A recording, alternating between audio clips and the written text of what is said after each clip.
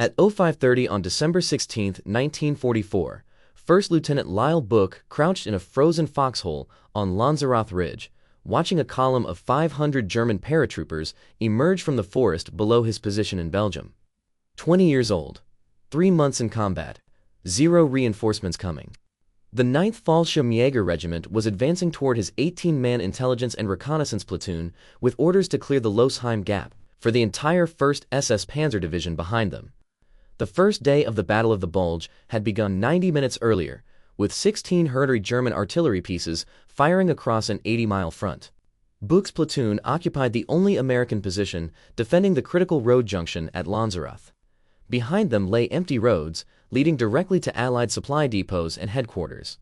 The 99th Infantry Division's front line had been stretched so thin that Bouck's reconnaissance unit had been ordered to hold a 5-mile gap meant for an entire battalion. No reserves existed. The nearest American unit was 6 miles away at Buchholz Station. Bouck understood the mathematics of his situation immediately. His platoon carried standard infantry weapons, M1 Garand rifles, 1 Browning automatic rifle per squad, a single 30 caliber M1919 machine gun, against 500 elite German paratroopers advancing in column formation through snow-covered fields. Those weapons would not be enough. German intelligence had assessed American soldiers as cowardly and unwilling to fight without air support or armor. The Wehrmacht expected to punch through this sector in less than 2 hours and reach the Meuse River by nightfall. The 99th Infantry Division had arrived in the Ardennes only 1 month earlier. Most units lacked battle experience. During the first week of December, the division had lost 47 men killed in action during limited patrol operations. Battalion commanders knew their inexperienced troops would face catastrophic casualties if the Germans launched a major offensive. Every soldier in Bouck's platoon understood what happened to reconnaissance units that got overrun. 11 loaders had died. Thompson knew the pattern. Bouck radioed regimental headquarters at Huntington and requested permission to withdraw. The response came back within 2 minutes. Remain in position. Reinforcements from 3rd Battalion will support you. But Bouck knew no reinforcements would arrive in time. The German advance had already cut telephone lines across the entire sector. His SCR-3 ONPRV radio provided the only communication link to American forces. 4 days earlier, Bouck had made a decision that violated standard procedure for reconnaissance units. He had traded captured German identity cards to the regimental ordnance officer for 1 armored jeep mounting a Browning M2 50 caliber machine gun. The M2 fired 12.7 mm rounds at 550 rounds per minute. Its effective range exceeded 1,800 meters. The weapon could penetrate light armor and suppress infantry advances across open ground. Bouck had positioned the jeep in the center of his defensive line, behind 9 foxholes his men had dug into the hillside. If you want to see how Bouck's improvised jeep defense turned out, please hit that like button. It helps us share more forgotten stories from the Second World War. Subscribe if you haven't already. Back to Bouck.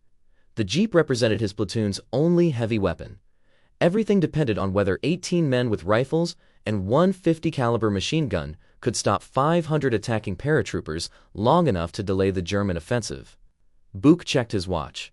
06:45. The German artillery barrage had ended 15 minutes ago. Through the morning fog, he could see the Fallschirmjäger forming assault waves at the bottom of the ridge. His men took their positions in the fortified foxholes. 4 forward artillery observers from Battery C, 371st Field Artillery, prepared to call for fire support. The barbed wire fence crossing the snow-covered field below would slow the German advance, but not stop it. Bouck knew the first assault wave would reach his position within minutes. He gave the order to hold fire until the enemy closed to 75 yards. At 0700 on December 16th, the lead elements of the 9th Fallschirmjäger Regiment began advancing up the hill toward Lanzerath Ridge. 500 German paratroopers against 18 American soldiers and 1 jeep-mounted machine gun. By nightfall, one side would control the road junction. The other would be dead or captured. The German paratroopers advanced in 3 separate waves across the open field below Bouck's position. Each wave contained approximately 170 men moving in loose formation through knee-deep snow. The lead wave reached the barbed wire fence at 75 yards from the American foxholes. Bouck gave the order to open fire at 07:15. The Browning M2 on the jeep fired first. The gunner had pre-registered his fields of fire during the previous night. The 50 caliber rounds tore through the German formation at 2,840 feet per second. Each projectile carried enough kinetic energy to penetrate body armor at 15-yarder yards. At 75 yards, the results were catastrophic. The first burst killed 11 paratroopers in the lead squad. The survivors dove for cover behind the barbed wire fence. Bouck's riflemen opened fire simultaneously with their M1 Garands. The intelligence and reconnaissance platoon had been selected specifically because every man qualified as an expert marksman. Several soldiers had attended college before the war through the Army Specialized Training Program. Their shooting discipline proved critical during the opening minutes of contact. While standard infantry units fired in volleys, Bouck's men aimed for individual targets. The Germans attempting to cut through the barbed wire became priority targets. The first assault wave pulled back after 8 minutes of sustained fire. Bouck counted 23 bodies lying in the snow between the fence and the tree line. The Germans had expected minimal resistance from what their intelligence assessed as a thin screening force. Instead, they had encountered precision rifle fire and heavy machine gun support from fortified positions. The 9th Fallschirmjäger Regiment commander ordered his men to regroup at the bottom of the ridge. At 07:45, the second German assault wave advanced. This time, the paratroopers used different tactics. They sent forward squads crawling through the snow to provide covering fire, while assault teams attempted to flank the American position through the woods on both sides of the ridge. Bouck redirected his Browning automatic rifle teams to cover the flanks. The M2 continued firing at targets in the open field. The 4 forward artillery observers from the 371st Field Artillery called for fire support. Lieutenant Warren Springer radioed coordinates for a barrage on the German assembly area at the bottom of the hill. No artillery arrived. The American batteries were engaged across the entire front, dealing with the massive German offensive. The 99th Infantry Division's artillery support had been allocated to other sectors, where entire regiments were under attack. Bouck's platoon would receive no indirect fire support. The second assault lasted 19 minutes. German MG-42 machine guns established positions at the tree line and began suppressing the American foxholes with sustained fire at 1,200 rounds per minute. The sound was distinctive. American soldiers called it Hitler's buzzsaw. But the Germans could not advance while the M2 continued firing. Every attempt to cross the open ground resulted in immediate casualties. The snow-covered field provided no concealment. The second wave withdrew at 08:04. Bouck assessed his ammunition situation. His men had fired approximately 400 rounds during the first 2 assaults. Each soldier carried 80 rounds in clips and bandoliers. At the current rate of expenditure, the platoon would run out of rifle ammunition before noon. The M2 had fired through 200 rounds of its initial load of 550. The gunner reported the barrel temperature was approaching operational limits. The Germans paused their assault for 37 minutes. During that time, Bouck observed enemy troops massing at 3 separate positions round the base of the ridge. The 9th Fallschirmjäger Regiment was preparing a coordinated attack from multiple directions. His 18-man platoon would need to defend against simultaneous assaults on the front and both flanks. The odds had just gotten worse. At 08:41 on December 16th, 500 German paratroopers prepared for their third assault on Lanzerath Ridge. Bouck's men had less than half their ammunition remaining. The MT's barrel glowed red from sustained firing, and reinforcements were still 6 miles away with no way to reach the isolated platoon. The next assault would determine whether 18 Americans could continue holding the most critical road junction in the northern sector of the Battle of the Bulge. The third German assault began at 08:41 with coordinated advances from 3 directions. 2 squads of paratroopers moved through the dense woods on the eastern flank, while the main force attacked across the open field. The 9th Fallschirmjäger Regiment had committed approximately 350 men to this wave. Their tactical doctrine emphasized overwhelming force at the point of contact. German officers expected to overrun the American position within 15 minutes. Bouck repositioned his 2 Browning automatic rifle teams to engage the flanking squads moving through the woods. The BAR fired 30 caliber rounds at 550 rounds per minute from 20-round magazines. In close quarters forest combat, the weapon provided effective suppressive fire against advancing infantry. But the magazine capacity meant each gunner needed to reload every 2 seconds of sustained fire. The flanking team slowed, but did not stop. The M2 continued engaging targets in the open field. The gunner had switched to short, controlled bursts to manage barrel temperature. 3-round bursts every 4 seconds. This reduced the rate of fire from 550 rounds per minute to approximately 120, but accuracy improved significantly. Each burst targeted specific German soldiers attempting to advance through the snow. The psychological effect proved as important as the casualties. Paratroopers who watched their squad leaders cut down by 50 caliber fire lost momentum in their assault. At 0900, a German mortar team established position at the tree line and began firing high-explosive rounds at the American foxholes. The 8-centimeter mortar shells impacted in the snow around Bouck's defensive line. Most detonated harmlessly against the frozen ground or pine logs covering the foxholes, but the explosions forced his riflemen to take cover, reducing their rate of accurate fire. The Germans had finally brought indirect fire support into the engagement. Technical Sergeant Peter Gacke from the Forward Artillery Observer Team attempted to call for counter-battery fire against the German mortar position. His radio transmission reached the 371st Field Artillery Battalion command post, but every American artillery battery in the sector had received priority fire missions supporting units facing larger German assaults. The Battle of the Bulge involved over 410,000 German troops attacking along an 80-mile front. Booth's 18-man platoon represented one small position in a massive offensive. Artillery support would not arrive. The eastern flank assault penetrated to within 40 yards of the American foxholes before the BAR team stopped it.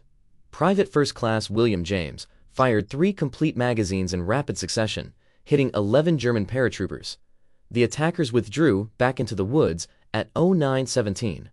German casualties from the flanking attempt total 19 killed or wounded. The snow made it impossible for the paratroopers to maneuver without exposing their positions. In the open field, the main assault wave had stalled at the barbed wire fence. The M2 maintained suppressive fire across the killing zone. Every German soldier who attempted to cut the wire became a target. Bodies accumulated along the fence line. The American gunner estimated he had fired 420 rounds since the battle began at 0715. Approximately 130 rounds remained in the ammunition boxes. At the current rate of expenditure, the M2 would run dry before 1100 hours. Bouck radioed regimental headquarters again at 0930. He reported his ammunition status and requested immediate resupply. The response indicated no supply convoy could reach Lanzerath while German forces controlled the roads. His platoon would need to conserve ammunition and hold position with existing resources. The order remained unchanged: do not withdraw. The 3rd German assault wave withdrew at 0943 after 62 minutes of continuous combat. Bouck counted 41 enemy casualties visible in the snow between the tree line and his defensive position. The actual German losses were higher. Wounded paratroopers had been pulled back during the assault. The 9th Fallschirmjäger Regiment had now attacked 3 times against a platoon-sized American unit, and failed to achieve breakthrough on each attempt. But the mathematics were inexorable. Bouck's men had fired approximately 900 rounds of rifle ammunition. Each soldier had less than 30 rounds remaining. The M2 had 130 rounds left. The next German assault would probably be the last one his platoon could effectively resist. And through his binoculars, Bouck could see German officers gathering their troops at the bottom of the ridge for a 4th attack. The 4th German assault commenced at 10:17. The 9th Fallschirmjäger Regiment commander had reorganized his battalion into a single, concentrated wave. Approximately 400 paratroopers advanced simultaneously across the entire width of the ridge. The tactic abandoned flanking maneuvers in favor of overwhelming the American defensive line through sheer numbers. German doctrine called this method Schwerpunkt, concentration of force at the decisive point. Bouck watched the assault develop through his binoculars. The German formation stretched 200 yards across the snow-covered field. Individual soldiers maintained 10-yard intervals between positions. The spacing reduced casualties from machine gun fire, but made coordination difficult. Smoke grenades created concealment patches across the battlefield. The paratroopers had learned from 3 previous failed assaults. This attack demonstrated professional adaptation under fire. The M2 opened fire at 150 yards. The gunner selected targets on the flanks first, attempting to compress the German formation toward the center where rifle fire could achieve maximum effect. The 50 caliber rounds punched through the smoke, hitting paratroopers who believed they had concealment, but the barrel temperature had reached critical levels. After firing 60 rounds, the gunner reported decreased accuracy. The weapon continued functioning, but dispersion had increased significantly. Bouck's riflemen engaged targets at 100 yards. Each man selected individual Germans and fired aimed shots. The expert marksmanship that defined the intelligence and reconnaissance platoon proved decisive during this phase of combat. While the M2 provided suppressive fire, the rifles inflicted the majority of casualties.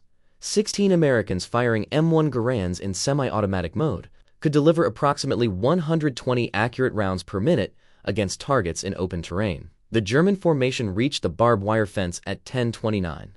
Paratroopers carrying wire cutters moved forward under covering fire from MG-42 teams positioned at the tree line. For the first time during the battle, German soldiers successfully breached the wire obstacle. 3 separate teams cut passages through the fence. The assault wave surged through the gaps toward the American foxholes. At 10:32, the M2 fired its final belt of ammunition. The gunner had rationed the remaining 130 rounds across 15 minutes of combat. When the weapon went silent, the psychological impact rippled across both sides of the battlefield. German paratroopers who had spent 3 hours ducking 50 caliber fire recognized the change immediately. Their rate of advance accelerated. American riflemen increased their fire rate to compensate for the loss of their heavy weapon. Bouck ordered his men to fix bayonets. The German assault had penetrated to within 50 yards of the defensive line. Individual paratroopers were clearly visible through the thinning smoke. Some carried stick grenades. Others prepared to rush the foxholes with submachine guns. The battle had transitioned from long-range precision fire to close-quarters combat. Every American soldier understood what happened when German assault troops reached defensive positions. Private First Class Robert Lambert fired his last clip at 10:38. He reached for his ammunition bandolier and found it empty. Around the defensive perimeter, other soldiers reported similar situations. The platoon had expended approximately 12 revolver rounds of rifle ammunition during 4 hours of sustained combat. Less than 200 rounds remained distributed across 18 men. Some soldiers had 5 rounds left. Others had 15. None had enough ammunition to sustain defensive fire for more than 3 minutes. The forward artillery observers made one final attempt to reach American artillery support. Technical Sergeant Peter Gackey transmitted coordinates for fire missions against the German assembly areas and the MG-42 positions, suppressing the American line. The 371st Field Artillery Battalion acknowledged the transmission, but could not allocate guns to support Lanzerath Ridge. Every available artillery piece was engaged, supporting regiment-sized units facing German armor and infantry assaults across the entire Ardennes front. At 10:45 on December 16th, the 4th German assault reached maximum intensity. 400 paratroopers pressed against defensive positions held by 18 Americans, armed with less than 200 rifle rounds and no heavy weapons. The M2 sat silent on its jeep mount. The barrel had discolored from heat stress. Bouck knew his platoon could resist for perhaps 10 more minutes before ammunition ran out completely. The 9th Fallschirmjäger Regiment had suffered over 90 casualties attacking this single ridge position. But the German commanders understood the mathematics. The Americans had to run out of ammunition eventually, and when they did, 500 paratroopers would overrun 18 riflemen in minutes. Behind the German assault force, the 1st SS Panzer Division waited for the infantry to clear the road junction so their tanks could advance toward the Meuse River. Everything depended on the next 10 minutes at Lanzerath Ridge. The German paratroopers breached the American defensive perimeter at 10:53. A squad of 12 Fallschirmjäger penetrated between 2 foxholes on the eastern flank, where ammunition had run out first. The soldiers in those positions had fired their last rounds 2 minutes earlier. They engaged the Germans with hand grenades and entrenching tools. One American soldier used his rifle as a club. Close-quarters fighting in a defensive position against trained assault infantry rarely ended well for the defenders. Bouck redirected 3 riflemen from the center of the line to contain the breach. These men still had ammunition. They fired at point-blank range into the German squad that had penetrated the perimeter. 7 paratroopers fell. The remaining 5 withdrew back toward the wire. But the breach had demonstrated a critical vulnerability. Once the Americans ran out of ammunition, the Germans would overrun the position in minutes, regardless of courage or tactical skill. At 11:09, Bouck made a decision that violated every principle of reconnaissance unit doctrine. Instead of attempting to withdraw or conserve his remaining ammunition for a final stand, he ordered his men to maintain maximum rate of fire. The tactic seemed counterintuitive. Expending ammunition faster would shorten the time until complete depletion. But Bouck understood the psychological dimension of the engagement. As long as his platoon maintained heavy fire, the Germans would believe significant defensive capacity remained. The riflemen fired as rapidly as they could acquire targets. M1 Garand rifles operated on a semi-automatic gas system that cycled automatically after each shot. A trained soldier could fire 40 accurate rounds per minute if he had sufficient ammunition and targets. For the next 8 minutes, Bouck's remaining 14 men with ammunition delivered sustained precision fire against the German assault. The paratroopers interpreted the increased fire rate as evidence of fresh ammunition supplies or reinforcements. The 4th German assault wave withdrew at 11:21. The 9th Fallschirmjäger Regiment had committed its entire battalion to 4 separate attacks over 4 hours. Casualties now totaled 92 men killed, wounded, or missing. Officers reported to their division commander that the American position at Lanzerath Ridge appeared to be held by a reinforced company with heavy weapon support. German intelligence had failed to identify the true size of the defending force. The Wehrmacht believed it was attacking a well-supplied defensive position rather than 18 men, nearly out of ammunition. Bouck conducted an ammunition count at 11:30. The results were catastrophic. His entire platoon possessed 73 rounds of rifle ammunition. Some men had none. Others had 5 or 6 rounds. The M2 remained silent, with empty ammunition boxes scattered around the jeep. The forward artillery observers had exhausted their rifle ammunition as well. 22 Americans held the most critical road junction in the northern sector of the Battle of the Bulge, with 73 rifle rounds. The temperature had dropped to 22 degrees Fahrenheit. Snow continued falling across the ridge. Bouck's men had been in combat positions since 05:30 without food or water. Several soldiers showed symptoms of cold injury. Private First Class Risto Milosevic reported numbness in his feet. Technical Sergeant William Slape had minor shrapnel wounds from German mortar fire, but no American had been killed. One forward artillery observer, Technician 5th Grade Billy Queen, had taken a bullet through his shoulder, but remained at his position. At 11:45, Bouck observed German officers gathering at the tree line with what appeared to be reinforcements. The 9th Fallschirmjäger Regiment was being augmented with additional troops from Division Reserve. Through his binoculars, he counted approximately 200 fresh paratroopers moving into assault positions. The Germans were preparing a 5th attack with rested troops against defenders who had 73 rounds of ammunition remaining. Bouck radioed regimental headquarters and reported his situation. The response came back within 1 minute. The 3rd Battalion could not reach Lanzerath. German forces had cut all roads into the sector. Artillery support remained unavailable. The order stood unchanged. Hold position. Do not withdraw. Bouck acknowledged the transmission and returned to his foxhole. The reality was stark. His platoon had delayed the German offensive for over 6 hours. They had inflicted nearly 100 casualties on an elite airborne unit. But the mathematics of ammunition consumption versus attacking force size could not be overcome indefinitely. When the 5th German assault came, probably within the next 30 minutes, 18 Americans with 73 rifle rounds would face 400 fresh paratroopers. The outcome was no longer in doubt. At 12:15 on December 16, 1944, Lyle Bouck watched German assault troops form up for their 5th attack on Lanzerath Ridge. His men had fought longer and harder than anyone had expected, but physics and mathematics were about to determine the battle's conclusion. The question was no longer whether the Germans would take the position. The question was, how many more hours Bouck's platoon could delay the 1st SS Panzer Division's advance toward the Meuse River. The 5th German assault began at 12:37. Approximately 400 paratroopers advanced in a modified formation that emphasized rapid movement over spacing. The 9th Fallschirmjäger Regiment had committed its reserve companies to this attack. Fresh troops, who had not participated in the previous 4 assaults, moved across the snow-covered field with the confidence of soldiers who believed they faced a depleted enemy. German intelligence continued to overestimate American strength on the ridge. Bouck distributed the remaining 73 rounds of ammunition across his platoon. Soldiers with marksmanship qualifications received priority. Men without ammunition were instructed to collect rifles and bandoliers from casualties if the opportunity presented itself. The defensive plan had simplified to its most basic form.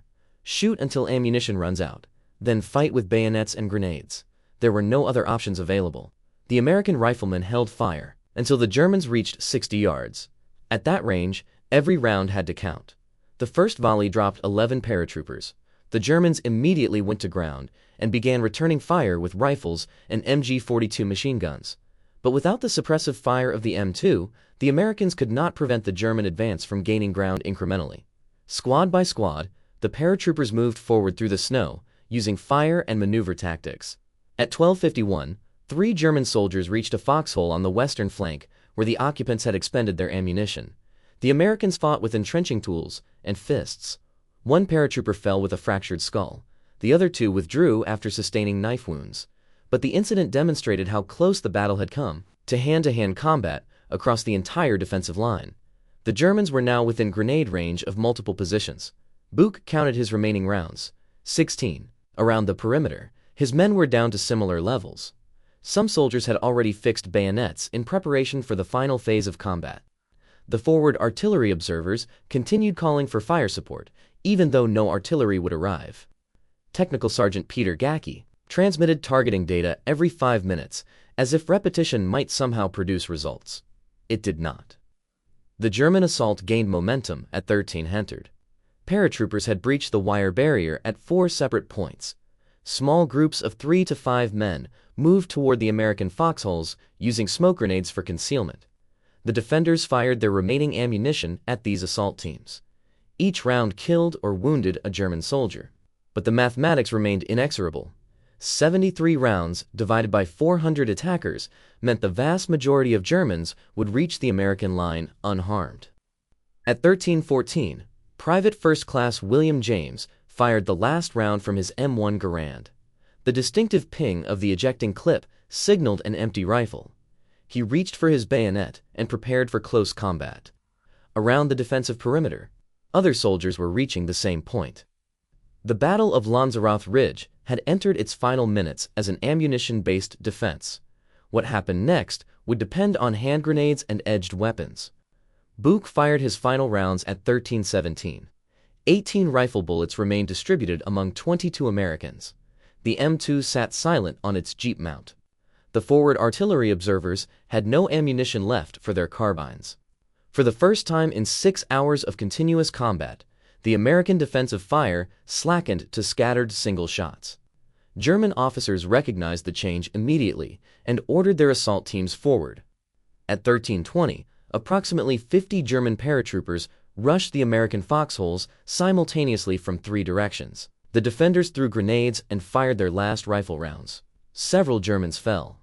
But the assault wave closed to within 20 yards of the defensive line.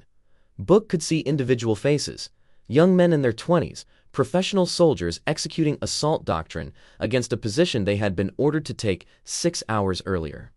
The Americans prepared for the final stand. Bayonets fixed, grenades armed, entrenching tools ready. Every man understood the next 2 minutes would determine whether they lived or died. The Wehrmacht did not have a reputation for taking prisoners from units that inflicted heavy casualties. 92 German paratroopers had been killed or wounded attacking this ridge. The survivors would not be inclined toward mercy. At 13:23 on December 16th, the Battle of Lanzerath Ridge reached its climax. 50 German assault troops closed on 18 American defenders who had no ammunition remaining.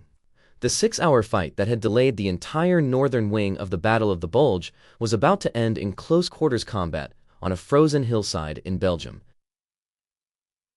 The German paratroopers overran the first American foxhole at 13:26. 3 Fallschirmjäger jumped into the position where 2 soldiers had expended all ammunition. Hand-to-hand combat lasted 8 seconds. 1 German fell with a bayonet wound through the chest.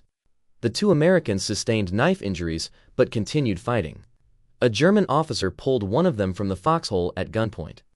The Wehrmacht had finally breached the defensive perimeter after 6 hours of sustained assault. Additional German troops poured through the breach. Bouck ordered his men to cease fire and surrender. Continuing resistance without ammunition would result in the deaths of soldiers who had already accomplished far more than anyone expected. At 13:32, 18 Americans from the intelligence and reconnaissance platoon and 4 forward artillery observers raised their hands. The Battle of Lanzerath Ridge had ended after 7 hours and 57 minutes of continuous combat.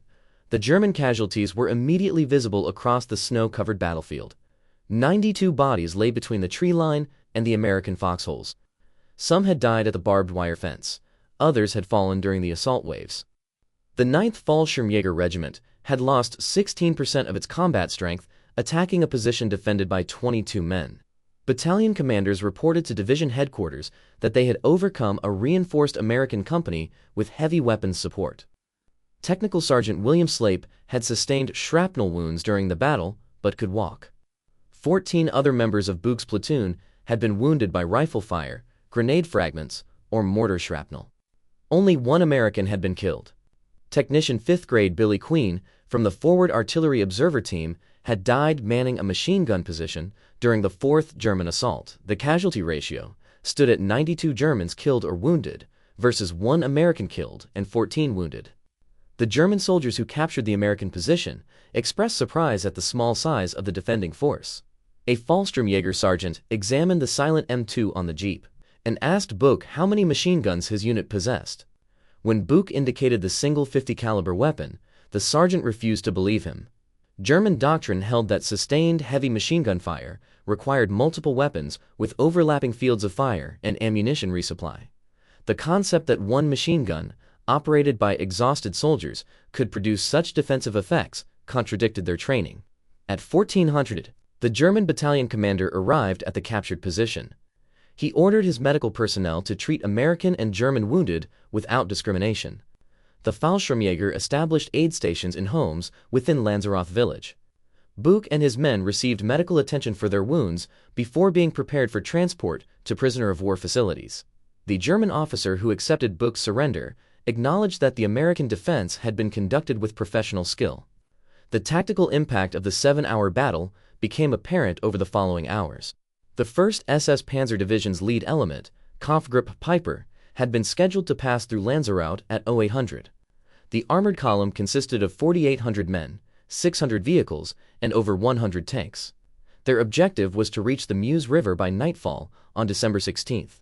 But the infantry regiment assigned to clear the route had been stopped at Lanzerath Ridge by 18 American soldiers.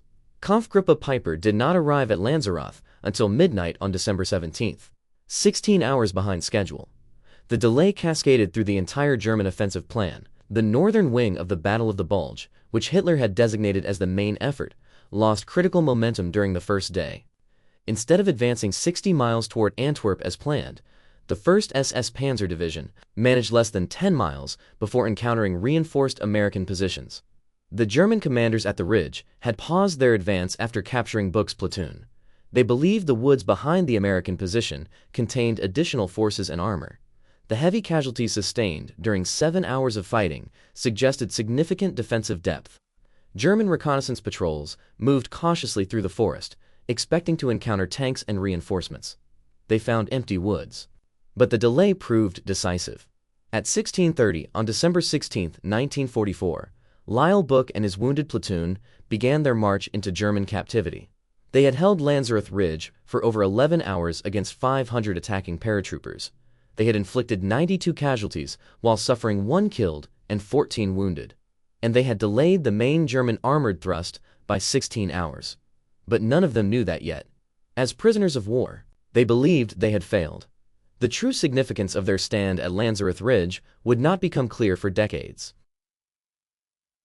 The German soldiers loaded Bouck and his wounded platoon into boxcars at Lanzerath 2 days after the battle. 72 American prisoners of war were jammed into a single cattle car designed for 40 men. The train traveled east into Germany without food or water. Temperatures inside the boxcar dropped below freezing. By Christmas Day, 7 men in Bouck's car had died from wounds, exposure, or dehydration. The survivors were transported to prisoner-of-war camps at Nuremberg, Hammelburg, and Moosburg. Bouck spent 5 months in German captivity. The conditions deteriorated as the Wehrmacht collapsed during early 1945. Food rations decreased to thin soup once per day. Allied bombing raids targeted rail lines and supply depots near the prison camps. German guards became increasingly hostile as their nation faced defeat. Many prisoners developed hepatitis, dysentery, or pneumonia. When American forces liberated the camps in April 1945, Bouck weighed 112 pounds. He had weighed 165 pounds on December 16th. The soldiers from the intelligence and reconnaissance platoon returned to the United States believing they had failed at Lanzerath. Bouck considered the wounding of 14 men and the capture of his entire unit a complete tactical failure. He did not know that his platoon had delayed the 1st SS Panzer Division by 16 hours. He did not know that the northern wing of the Battle of the Bulge had fallen critically behind schedule because of the stand at Lanzerath Ridge. He simply knew he had been captured after his ammunition ran out. The platoon dispersed after the war. Soldiers returned to civilian life across America. Nobody discussed Lanzerath Ridge. The battle had been overshadowed by larger engagements during the Battle of the Bulge. Bastogne received international attention. The Malmedy massacre generated war crimes trials, but an 18-man reconnaissance platoon that held a ridge for 7 hours disappeared into the historical record without recognition. In 1965, the United States Army published a multi-volume history titled The Ardennes, The Battle of the Bulge. Author Hugh Cole mentioned Bouck's platoon in passing with minimal detail. Private First Class William James, who had fought at Lanzerath, read the brief reference and became upset at the lack of recognition. He contacted Bouck and encouraged his former lieutenant to seek proper acknowledgement for the platoon's actions. Bouck wrote letters to his former division commander, Major General Walter Lowry, requesting that his men receive decorations for their defense of Lanzerath Ridge. In June 1966, a silver star arrived in Bouck's mailbox, but no other member of the platoon was recognized. Bouck refused to accept an individual medal when his entire unit had fought together. He began a 15-year campaign to ensure every soldier received appropriate recognition. The process required congressional hearings, letter-writing campaigns, and interviews with military historians. John Eisenhower documented the battle in detail for his book, The Bitter Woods. Columnist Jack Anderson wrote about the forgotten platoon in national publications. Slowly, the historical significance of Lanzerath Ridge became apparent. 18 men with one Jeep-mounted machine gun had stopped 500 attacking paratroopers for 7 hours and delayed an entire SS Panzer Division during the critical first day of Germany's last major offensive. On October 26, 1981, the United States Army formally recognized the intelligence and reconnaissance platoon's actions at Lanzerath Ridge. Every member of the unit received decorations. 4 soldiers, including Bouck, were awarded the Distinguished Service Cross. 5 received Silver Stars. 10 received Bronze Stars with V device for valor. The entire platoon received the Presidential Unit Citation. The decorations made Bouck's platoon the most decorated American unit of its size for a single action in World War II. 37 years had passed between the battle and the recognition. Some soldiers from the platoon had died without knowing their sacrifice had been acknowledged. William James, who had initiated the campaign for recognition, died in 1977 after 37 surgeries to repair wounds sustained at Lanzerath. But the surviving members finally understood they had not failed. They had accomplished something extraordinary. If this story moved you the way it moved us, do me a favor, hit that like button. Every single like tells YouTube to show this story to more people. Hit subscribe and turn on notifications. We're rescuing forgotten stories from dusty archives every single day. Stories about soldiers who held impossible positions with improvised defenses. Real people, real heroism. Drop a comment right now and tell us where you're watching from. Are you watching from the United States, United Kingdom, Canada, Australia? Our community stretches across the entire world. You're not just a viewer, you're part of keeping these memories alive. Tell us your location. Tell us if someone in your family served. Just let us know you're here. Thank you for watching. And thank you for making sure Lieutenant Bouck and his 18 soldiers don't disappear into silence. These men deserve to be remembered, and you're helping make that happen.